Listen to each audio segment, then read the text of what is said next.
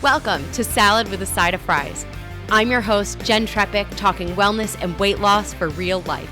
We're here to clear up the myths, misinformation, bad science, and marketing to teach you how to eat and how to cheat.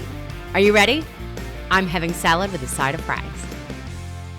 This week, we're talking about Biena Edamame. So I've known about this brand. Bridget, have you seen the Biena chickpeas? Like the chickpea I don't think snacks? so. Okay, so I've had their roasted chickpeas. I've seen them in the grocery store, in the airport, and that kind of stuff. Then in March, I was in the airport flying out of LaGuardia and saw, or really, Stephanie, my friend, who, if you're a longtime listener, you've heard Stephanie. So Stephanie saw them and was like, oh, Biena Edamame. And I was like, oh, I've never seen the edamame ones before. So I grabbed a bag, ended up not eating them until a few days later on the way home. And I will say they totally hit the spot. It's sort of that salty, crunchy snack that I was in the mood for. And so I added them to our list for us to talk about. So like I said, I have had their chickpea snacks, but I never really looked into the company. So I did that for us. So I may be butchering this woman's name. Forgive me. I apologize if I am. But the founder is Porfi Patodia, is maybe how we say it. The emphasis is probably on the wrong syllable, but thank you. Be kind. And she says, Biena was started from a simple question. Why do most snacks have zero nutrition? And I am with her on this. So then she talks about being a kid and her mom would be making snacks out of lentils and chickpeas. And so she went to her own kitchen and started experimenting. Hundreds of trials later, she figured out something that was, and I'm going to quote her, simple ingredients and loaded with plant-based protein and fiber. These were unlike anything else in the snack aisle. I think she's spot on. I mean, some of this is probably written more focused on the chickpea snacks because the edamame snacks are new. Still, I think it totally applies. The edamame, I think, is totally on brand. Anyway, she says, no matter how much we grow, our mission stays the same, to better fuel your life with real food, real protein, and zero compromises. So with the edamame, it says crispy roasted edamame, ridiculously tasty, seriously good for you, 12 to 13 grams of protein made with avocado oil and a good source of fiber. Now, on the site, and actually I noticed this, it's also on the package, they compare it to other snacks. So 2 eggs or meat sticks or nuts and other snacks you might choose. And now, if you're here listening to Salad with a Side of Fries, you're likely looking at things as one of a variety of snacks versus an either-or piece. Still, I think it's a great tool for perspective for people who are potentially less familiar or, less savvy than our Salad with a Side of Fries family. So, all right. Other marketing, they say protein that travels with you, no fridge, no fuss. This portable snack is ready with no prep, no mess. Ditch the ick, keep the protein. Tired of overly processed snacks? Go plant-based. So, okay, some of these references, the reference to the ick is kind of funny to me. I get what they're going. It just feels, I don't know, a little out of place. If you don't know what the ick is, don't worry about it. It's not really important. I do think they're spot on some of those selling points, though. Portability, no need for refrigeration, convenience perks for sure. They traveled with me to Miami, back from Miami, all the things. The edamame has 3 flavors. It comes in Himalayan pink salt, ranch, and chili lime. I had the pink salt. That was the only one available in the store. Admittedly, I probably, even looking at those flavors, I probably would have picked that one anyway. They also note gluten-free, vegan, non-GMO. Now, because these are edamame, the non-GMO piece is, I think, more important than with other products that we often talk about, like other bars and snacks that we look at. Now, they're not calling out organic on the edamame, so I'm curious what we see in the ingredients. It's possible they just didn't want to pay for the certified organic label, but we'll see in the ingredients. So let's start. I know I normally start with the nutrition facts, but let's start with the ingredients on this one. So it says edamame, and then in parentheses, it just says soybeans, avocado oil, then pink salt seasoning, which is made of Himalayan pink salt, black pepper, onion powder, garlic powder, and yeast extract. These ingredients check out for me. Like I said, I wish the edamame was organic because of the glyphosate piece, which this came up recently in our episode with Martha Carlin. I also, for what it's worth, I checked out their FAQ just to see if they talked about it anywhere on their site, and they don't. So it's not a deal breaker. It's just an awareness piece. You know, you can decide if that's a deal breaker for you. The only seasoning I could really taste was the salt. I like that they're using Himalayan pink salt because then it has some minerals in there. Although when you look at the micronutrients, like there's nothing in there. The other flavors, the other seasonings, the black pepper, onion powder, garlic powder, and yeast extract, they don't necessarily come through in the flavor, but it does come through in the fact that not every single bite tastes exactly the same.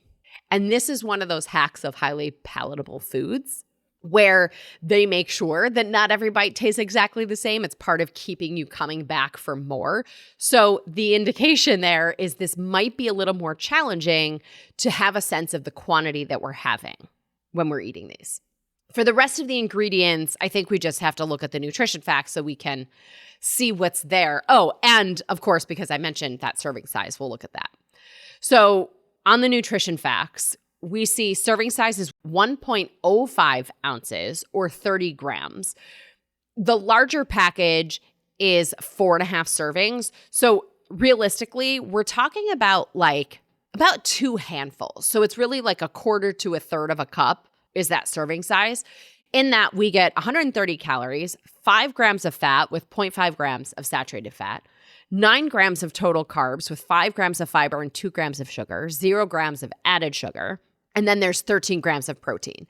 Now, I don't normally note this, but I want to here because of the salt flavor.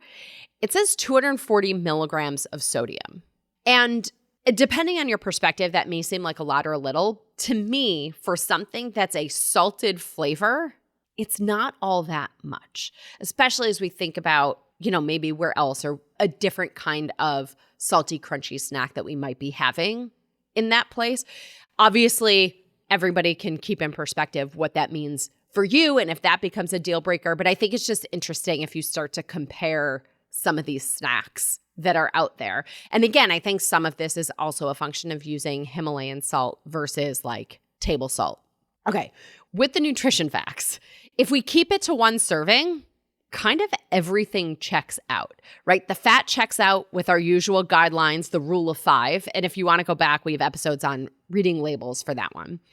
And even also with our rule of 5, the protein and the fiber check out too. So the 13 grams of protein is just shy of 2 ounces. So we have about a small snack size amount of protein in there. The 5 grams of fiber too is solid. We're good with that one. And the sugar, because we looked at the ingredients, we can see that sugar that's in there is the naturally occurring sugar from legumes, not that they've sort of added sugar into that seasoning mix. On the net carb count, our net carb is 4. Again, checks out with our usual guidelines. So all in, I think I'm a hell yes on the Biena Edamame with 2 caveats. So my first caveat is the serving size, because these are probably also simple to overeat. So maybe you want to buy the packages that are like the single serving in a package. Those, by the way, are $19.99 for a box of 10. So pretty solid on that price too, I feel like. If you eat too many, you will probably know you may have some indigestion or discomfort. And then the second caveat I have is the source of that edamame. Like I said, I wish that they let us know. Like something can be glyphosate free and not organic. So I sort of wish they let us know. Maybe Biena Snacks or Porvy, if you're listening, maybe that's the next upgrade or information that you can add to your website.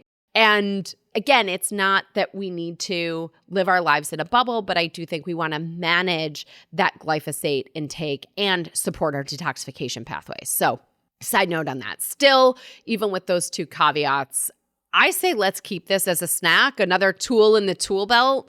Maybe not a staple of your everyday, but with those 2 caveats, I'm a hell yes. Bridget, where do you land on all of this?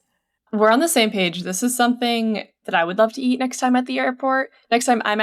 I think, too, when you look at it compared to the gazillion other options that are also not organic, it's pretty clearly coming out ahead. So also maybe because it looks like a tasty little snack that I would be happy to just eat multiple servings of. I'm less stressed about that part. But yeah, no, overall, I love this find. I hope to see it on more shelves or airports or wherever around me. Yeah. And I could also see too, like if you're one of those people who likes to munch on, something salty, crunchy while watching TV or at night or whatever, like this would be a great option to kind of fit those needs, especially just because it's so nutrient dense. Like it's giving you more. Yeah. That is really interesting, though, that they don't have anything on their website about organic or anything like that, just because this is a pretty good branding picture towards that kind of target market. But I know, yeah. I do give them credit for the non-GMO piece, because that, especially when it comes to soy, that's a big piece. But yeah, there you have it.